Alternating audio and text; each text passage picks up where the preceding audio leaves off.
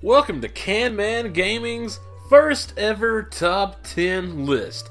Since the Avengers is on everybody's mind, I thought I'd take a dive down into some of Marvel Comics' finest video games. So without further ado, here is, in my opinion, the top 10 Marvel video games.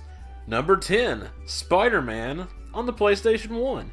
Spider-Man on PS1 was probably the first superhero game where I really felt the personality of a character come to life on screen, with fully voiced dialogue, witty remarks from Spidey and all of his pals, and plenty of powers that actually made you feel like Spider-Man himself.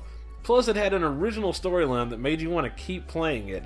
It may be a little archaic in the looks department nowadays, but it's still a great game to play through anytime. Number 9. Captain America and the Avengers.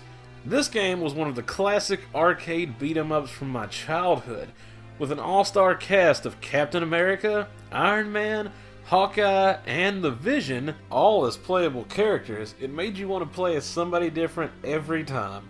I remember spending quarter after quarter after quarter on the cabinet in a local restaurant, hoping that I could have enough time to finally beat it. Alas, it never happened. Luckily, it got ported to the Super Nintendo and the Sega Genesis, where I could play it as long as I pleased. Mindless action, but fun as hell. Number 8. Maximum Carnage. Speaking of which, Spider-Man and Venom also had a sweet-ass beat-em-up, which is probably pretty well known nowadays. It featured a sweet soundtrack and a large roster of characters that you unfortunately couldn't play as, but it didn't matter because you could play as Venom! And who doesn't want to play as this bad mofo? It was full of branching paths, and the levels would play out differently depending on if you chose to play as Spidey or as Venom. Which, of course, I'm going to play as Venom because he's fucking cool. It still made you want to replay the game over and over. Too bad it's insanely difficult. Still, it follows the storyline of the Maximum Carnage story arc very well, and I can't recommend it enough. Number 7. Hulk Ultimate Destruction. This game really made you feel like the Hulk. He could run fast, jump high, and rain hell down on all who stood in his path.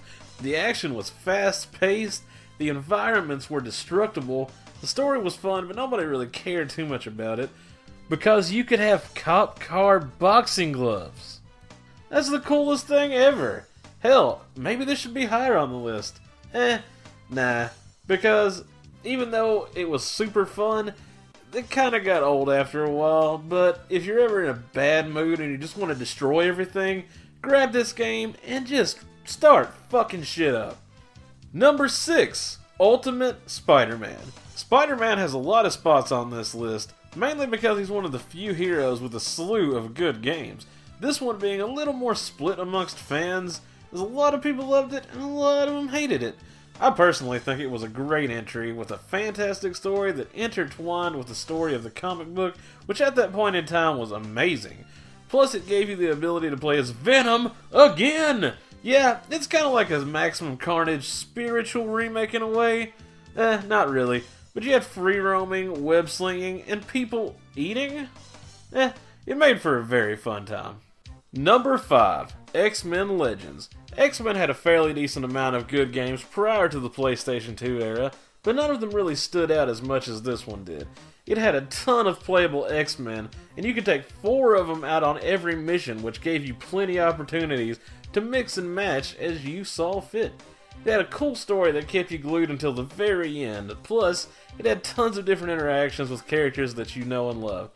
The sequel had an apocalypse storyline, which may kind of make it a little bit better of the two, because Apocalypse, you know, he's pretty awesome. Plus it lets you play as some of the Brotherhood of Evil Mutants like Magneto and Toad, but they're totally both worth playing if you can snag a copy of each. Number 4. Spider-Man 2. Whoa, another Spider-Man title? Well, this one is pretty legendary, really. It practically set the bar for what we expect out of Spider-Man games nowadays. It was the first to feature a full New York City to explore, with random crimes being committed and civilians to save. Follow that up with the most realistic web slinging to date, and you have one stellar superhero game. It's pretty strange considering that it's a movie tie-in, and those games usually are complete garbage. This one might change your opinion on that. But don't get me wrong, there hasn't been a whole lot more that are really good. This one just really stands out. It's like Grand Theft Auto, but you play as fucking Spider-Man. I can't make it any more clear. Number 3. Marvel vs. Capcom. High-speed action, 4 billion hit combos, giant screen-filling, seizure-inducing attacks that make you want to vomit all over the place. Yeah, that's right. Marvel vs. Capcom is in the house. It had 3 different games, all of which are fantastic in their own right, with 2 being the one that changed fighting games forever with its gigantic roster of 56 playable characters, which still to this day is rarely reached. It went on to be one of the biggest titles in the fighting game communities, with tournaments that have had payouts as high as $2 million. Too bad high-level gameplay is ridiculous. Just look at this nonsense. I've been playing this game for years and years and years, but there is no way I could do this kind of crazy shit. Number 2. Marvel Ultimate Alliance. The X-Men Legends formula was apparently working pretty well around this time, so they decided to make a couple of games like it, but with characters from all throughout the Marvel Universe.